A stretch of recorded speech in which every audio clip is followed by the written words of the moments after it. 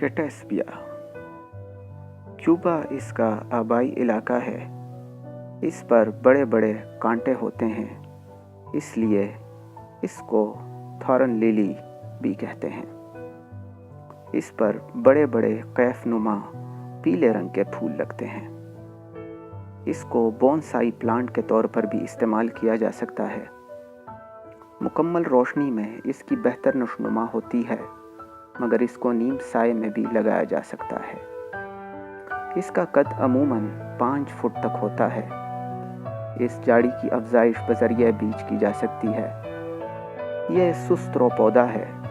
इसको चमनाराई में नमूने के तौर पर रॉक गार्डन और पानी वाले इलाकों के करीब लगाया जा सकता है।